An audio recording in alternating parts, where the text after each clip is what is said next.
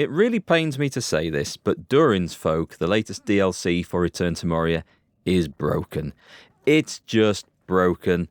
Things don't work as intended, and I don't think that everything has really been thought through by the developers before this got released, as there are some glaring omissions from the content. If you've got no idea what I'm talking about, then Return to Moria is a Lord of the Rings themed survival game, both single and multiplayer, set after the events of the Lord of the Rings books and movies, where you play a dwarf on an expedition to return to Moria and rebuild or open up Khazad-dûm. It's an excellent game, highly recommend it. This DLC expands on that by opening Moria up to the outside world, allowing you to repopulate it and resettle it by attracting new dwarves there, rebuilding the settlements, opening up trade with the other kingdoms of Middle-earth, and generally just building the place up and preparing for the return of the king. That's the premise, having NPCs come in and do the work for you, trade for you, gather materials, make stuff, craft stuff, and rebuild the place. The reality, however, and my experience of it in its current form is rather different. Have you ever worked with anyone who is so utterly inept at their job, utterly terrible, or utterly clueless that it took you 3 times as much time, effort, and energy to get them to do their job as it would have taken you just to do the damn job for them? Have you ever shared a house with a group of mates who are just useless and lazy, or maybe some teenage kids who always complain that there's no food on the table, that they can't find what they're looking for, even though it's right in front of them, and that never put things away after them? Yep, that's what Durins Folk feels like. At least it does at the moment, and I have no doubt that developers will sort out a lot of the issues with the game, for they are many, and in time, this has the potential to become an excellent DLC and expansion, but at the moment, it is not that, unfortunately. So how does Durins Folk work, and what does it add to the base game? Well, this is going to depend on when you start playing it. If you start a new playthrough after buying the expansion, as you play through and explore the mines of Moria by yourself or with a mate, you'll come across 4 dwarven NPCs. They were part of the original party that came down with you and got separated during the accident. And if you rescue them, then they'll go back to one of your camps and you can start giving them tasks to do, gathering and basic crafting. Alternatively, if you've already finished the game and you load that game in with a completed base game, then you can go back into the mines and look for these 4. They would normally be found as you regularly explore, but you can go back and look for them, or do what I did and look up their locations on Google and go and get them that way. But the main events of the DLC all take place after the main game is completed. You open the doors, and there you can now welcome the dwarves back. You'll find a trading camp where you can trade with the other kingdoms of the world, all via dwarven traders who go off and do their thing. And you'll find a camp of dwarves who are looking for work within your settlement. There's only a couple who refresh every couple of days with different skills, but you'll be looking to build up settlements, or delvings as they're called, within the mines, and you'll need a set of different skills like cooks, miners, artisans, metalsmiths, blacksmiths, etc. to do all the different jobs. And the idea is that you develop these settlements where the NPCs are feeding themselves, gathering stuff, mining, crafting and making things, and then building huge monuments for you to increase the glory of your settlement. There's obviously a load of new blueprints for the new buildings and workstations that you'll need to build to allow all this stuff to happen. There's also some new cosmetics and wearables included, like different crafting outfits and things. And they've also added in expeditions, which are instances where you can travel away from the mines of Moria and go and find new locations and harvest materials out of there. Those are instants, they're one-off visits only, and then they respawn as something else. Unfortunately, the same maps are used over and over and over again, which is a bit of a shame, but it does give you access to new materials that you maybe have mined out and used up in your playthrough of the base game. So you'll always have access to the materials you need, apart from one, true quartz, which is a massive component, one of the monuments you'll need to build later. And there isn't any extra in these expeditions, and there probably isn't enough in the base game. So it's a massive oversight, I think. But it is something that developers are currently aware of and are looking to fix. But that is just one of the many problems that this expansion has. The other issues it suffers from are bugs, and there are many, like a disappearing party of dwarves that will just vanish before your eyes. and it takes some effort to get them back, either loading games in or fast travelling away and fast travelling back. There's a few holes in the world that have opened up where you can fall down as you're travelling around. There's one down by the pumps in the lower depths that both myself and one of my viewers found in our own separate games by just walking straight into it and then disappearing. But in all honesty, a lot of the problems with the game are in its design and how it either works or doesn't work, and we're not sure whether these are intended decisions or just stuff that's broken at the moment. For example, crafters are only supposed to take materials from their specific crafting box that you build for them. However, my experience is with the metalsmith, for example, is they'll just rob materials from your base to build stuff that you didn't want building, wasting things. There are professions like the mason, who are supposed to go around repairing the dwarven architecture of Khazad-dûm. What architecture is this? Because it's not the stuff on top of Durin's tower, which I thought looked amazing if he rebuilt the stonework, and it's not the stuff down the desolation, because he went around banging on walls, but nothing got repaired or rebuilt, and it looks as bad as it ever did. I don't know what the mason is supposed to do. Miners are a pain in the ass to use. You need to build a little mining beacon next to a vein, and they'll travel off from your base to that beacon, as long as it's not too far away. Start mining the ore seam there. Now, in theory, it looks like this doesn't deplete the ore, because you never visually see the ore being depleted like it does when you manually mine it out.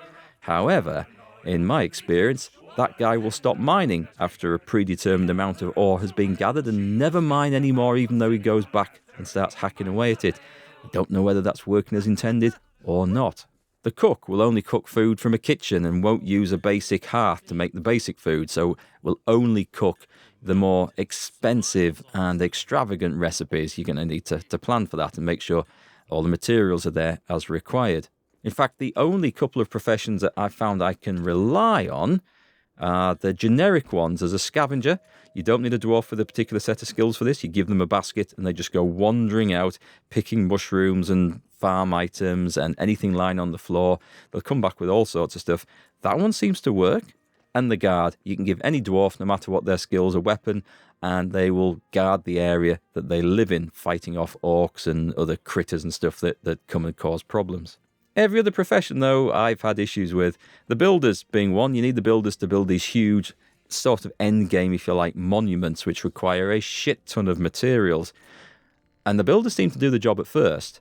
However, if you put a keg of beer around, and you're supposed to do this in the settlement so the dwarves can have a drink at the end of the day and build up their pride, which increases the prestige of the settlement, allowing you to upgrade it. Oh, this is cool, by the way. You can have a drink with them and they all join in singing and dancing. I love that. I think that's great. However, as soon as they've got access to beer, the builders will constantly just drink the beer and not do any building work. And you have to go in and manually take the beer off them, give them their builder's hammers back, and then they'll go and start building again until the next day when they're all just stood around drinking beer.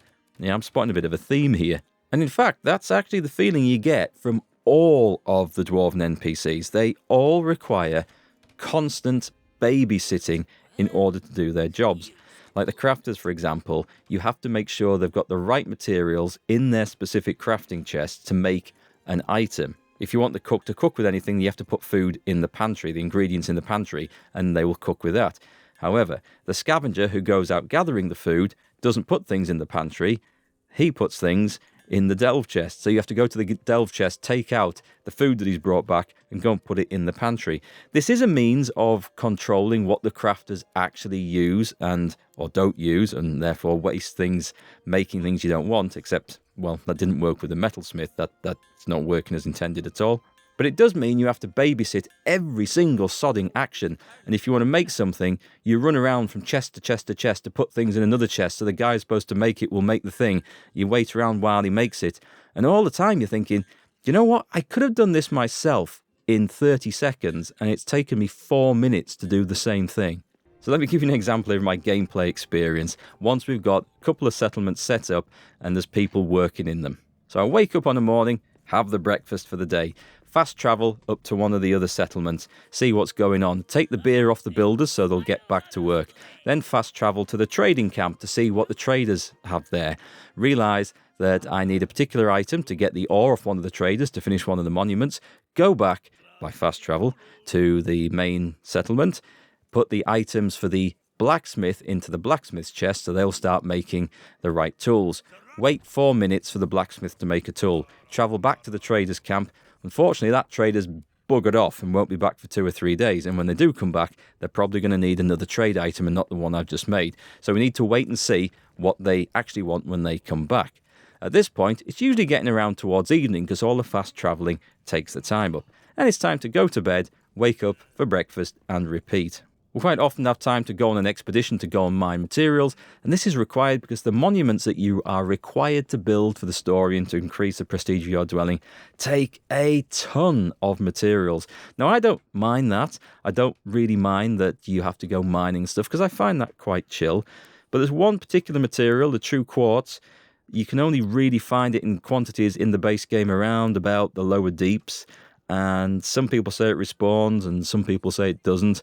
But you need about 2,500 units of this just to build one of the monuments. And that is a lot of materials to grab. There's none of this to be found in any of the expeditions. The developers have missed it out. It's a massive oversight. People are having a few complaints about it. So there's just so much in here, in this expansion, that could be awesome. But unfortunately, it isn't. And I really don't think it was thought through very well, or it was released in a bad state with not enough testing. I don't know, because it's just not as it should be. Now, it has the potential to be amazing, and we can look forward to playing it at some point in the future when it's all fixed, and I think then it'll be great. But at the moment, every single thing you do in it just feels like it's harder work than it needs to be, and it really does detract from the enjoyment. Anyway, that was my experience playing Durins, folk. You can click the link below. You can go and watch some of the playthrough if you like. I didn't stream the expansion to the finish. I didn't do all the content because when I realised just how many materials I was going to need for the fancy monuments I was building, I just realised that you viewers would just be watching me hack away at rocks and repeat expeditions over and over and over again. And also the possibility that there might not be enough true quartz in my game world to actually finish the damn monument. And I realised it was going to be so slow that I thought, well, that's probably not material you guys want to watch. I don't think I'd have such an issue just repeating it myself in my own time, but it's going to be something I load up and play for a few hours every now and again rather than just constantly try to get through, because it's just a massive grind at the moment. And dealing with the Dwarven NPCs is an utter pain in the arse. So, until things get better, I'm going to be giving this one a miss, but I really do want to come back and check it out, play it properly again in the future when it's working, because I think it could be really good then. Also, one trick that I think they've missed with this, and this would be so cool if it was to ever be added in, but the Dwarven NPCs that you rescue, wouldn't it be great if you could kit them all out with picks and weapons and go away with them to one of these expeditions they instance in with you and join in with the fighting and mining, like you set up an away team to go off on this expedition? I think that would be great. And you can do that with other players, but I think it'd be awesome for single players to be able to do that with the NPCs. A shame it's not an option, and I don't suppose it ever will be, but just an idea for a fantastic feature there that we could all wish for. Anyway, let me know what your experience with this expansion is, if you've played it, and if things worked a bit better than mine. I'd love to hear. And what other things did you find that didn't work as they should have done? Let me know in the comments. I'd really like to know. Anyway, thanks for watching, folks. Stay tuned. The next one we're going to be playing through is the expansion for Kingdom Come Deliverance 2, the Monastery one. So we'll be checking that out soon. And of course, I'll see you on that one.